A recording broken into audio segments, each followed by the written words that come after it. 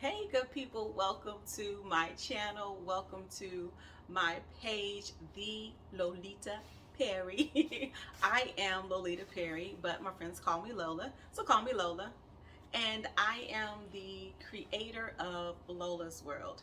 Welcome to my world, okay? And as a social activities facilitator, I teach life skills through gardening, canning, what we're getting ready to do today, crafting, and some DIY projects, okay? For the sake of helping you become more self-sufficient.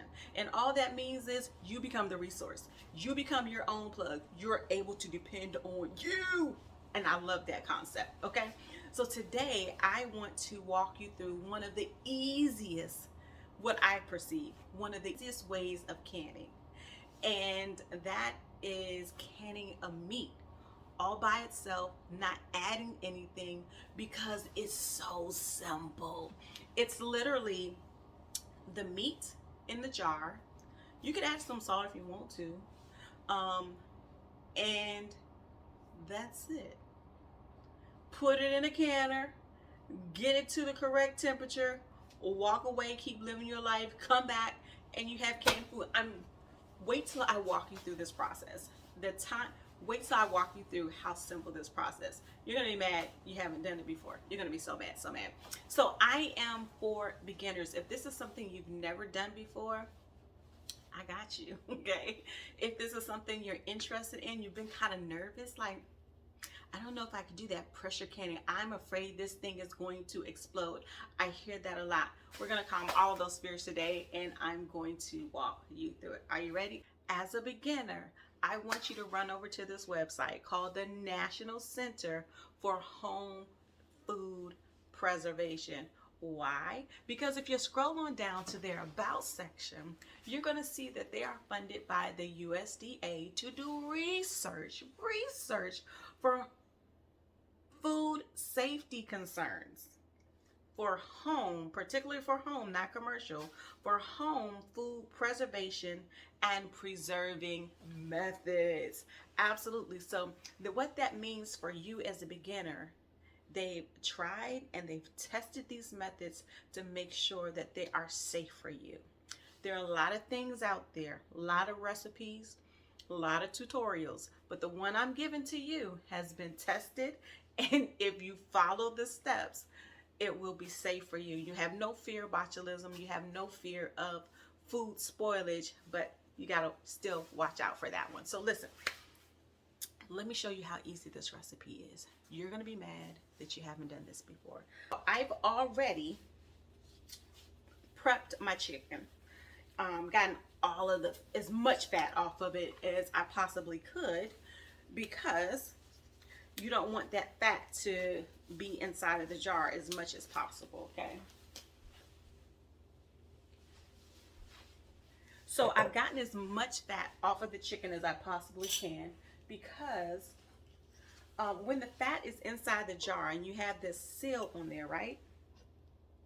What's going to happen is, if the grease gets up underneath this lid, it can compromise that seal, get some air in there, right? And then it's going to cause our food to get spoiled. So you want to get as much fat off of this chicken as possible. Now trust me, fat is good. The fat is what makes it tasty. But we want to get the fat off, okay? So I've already cleaned my chicken and cut off the fat. So now that I've done that, I'm going to cut this chicken into 1-inch cubes, okay? And it's going to, after that, we're just going to put it into the jar. Let me show you the perfect size. See that? This is the perfect size for putting it in the jar. I'm going to cut up a bunch of cubes, and then it's going to go directly into the jar, okay?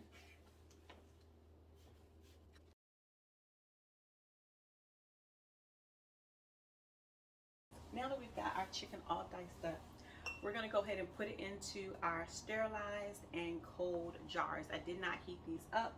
These are just clean. And what we want to do is go ahead and take your meat and put it right in there. We could use a funnel, but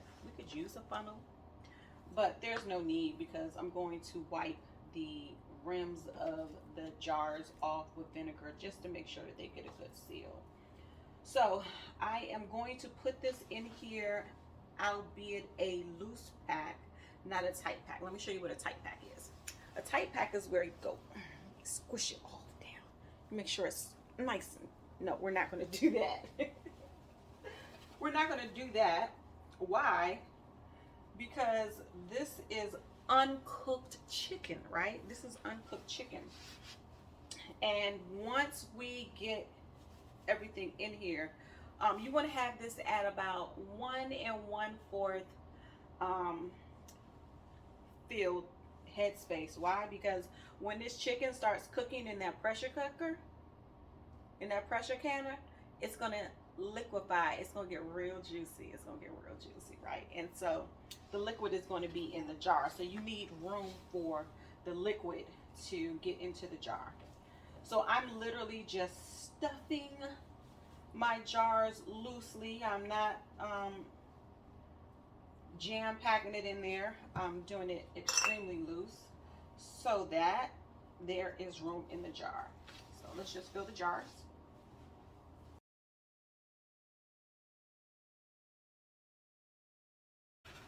And now that my jars are filled, right, I'm going to take a little bit of vinegar on a napkin and just clean each of the rims. Let me show you.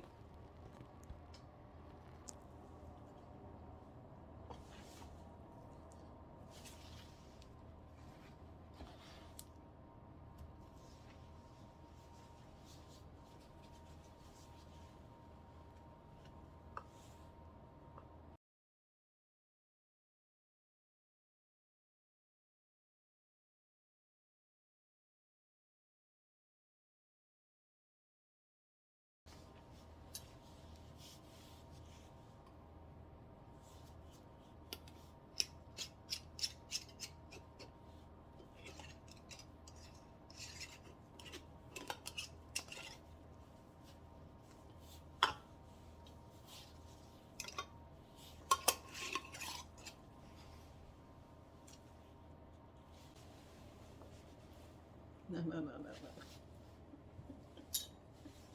Very loose. Very hand tight. Hand tight. That's it. Okay? Hand tight. Okay?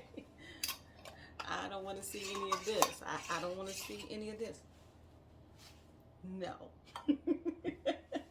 I want to see any of that, all right? All right. Hand tight. That's all you need. Hand tight. Hand tight, hand tight. A nice hard turn on it. Hey. All right. The water and the pressure in the container is going to help the jar seal, and that lid is going to get suctioned on there, and it's not going to be the band that keeps it on. So the band is just really holding it into place right now. So I don't want to see no, don't do that. So I'm looking real hard into the bottom of the canner just to make sure that that rack is in there, because your jars should never sit on the bottom of the canner. That direct contact can cause them to break. And just also an FYI, you can put a total of 10 pint-sized jars in this particular Presto canner. They stack right on top of each other real easy. So a total of 20, 10 on the bottom, 10 on the top. Pour in 3 quarts of water into your canner, then a tablespoon of vinegar to keep that calcification from getting on your jars. Trust me, you're going to thank me later for that hack. Now I'm adding the lid, and I'm making sure it is carefully aligned and there is no air seeping out. You want to make sure you have a nice tight seal. It's taking some pressure to connect those two handles, but perfectly sealed. Set the burner on high. If you listen closely, you can hear the canner. It's boiling.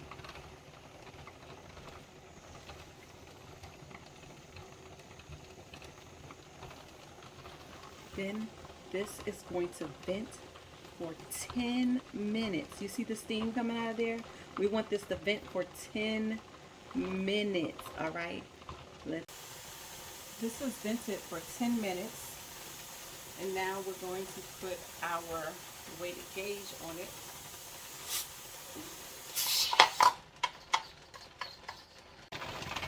And we want the PSI to come on up to 10. This recipe calls for 75 minutes at that 10 psi. Very important information here. After the canner has processed for 75 minutes, let it cool all the way down. Let that knob come down from 10 to 0, 0, 0, 0. There's no steam coming out the vent. You don't hear any rattling on the inside. It is at 0.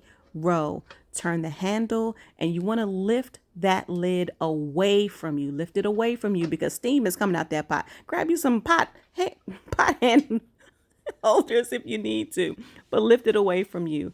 Then you want to go ahead and grab your jar lifter and pull those jars out of the pot and put it on a towel, and it's going to sit there for 24 hours untouched so that they can seal. 24 hours in the sweet pot spot, and then you're done.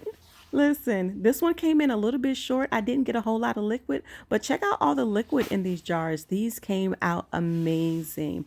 Remember, these will last for 18 months on your shelf. Here's the step-by-step instructions just in case you need it. I'll include a link.